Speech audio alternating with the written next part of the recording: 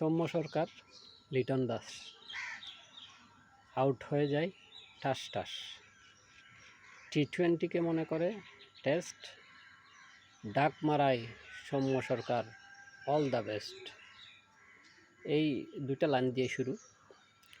তো যাই হোক ভাই, তোরা কেউ লিটন দাসকে একটু ডেকে নিয়ে ঘন্টা দুয়েক পিটিয়ে পিটিয়ে এই জিনিসটা বোঝা যে আমেরিকায় যে খেলাটা সে খেলতে গিয়েছে সেটা কোনো টেস্ট ম্যাচ না, সেটা টি-20।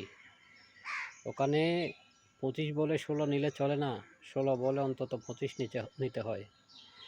সে বেটা মনে হয় ক্রিকেট টুর্নামেন্ট শেষ করে পালাই যাবে ওখান থেকে, আর বাংলাদেশে আসবে বলে মনে হয় না। যদিও ক্রিকেটে এখন যারা জাতীয় দলে আছে তারা তো প্রচুর টাকা ইনকাম করে, সেজন্য থেকে যেতে পারে। না হয় সে আমেরিকায় পালিয়ে যাবে, অন্য কোনো জায়গায় চাকরি বাকরি করবে।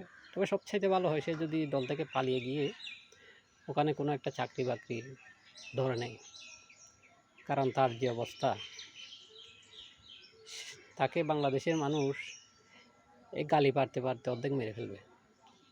গালি পারতে পারতে অর্ধেক মেরে ফেলা দরকার।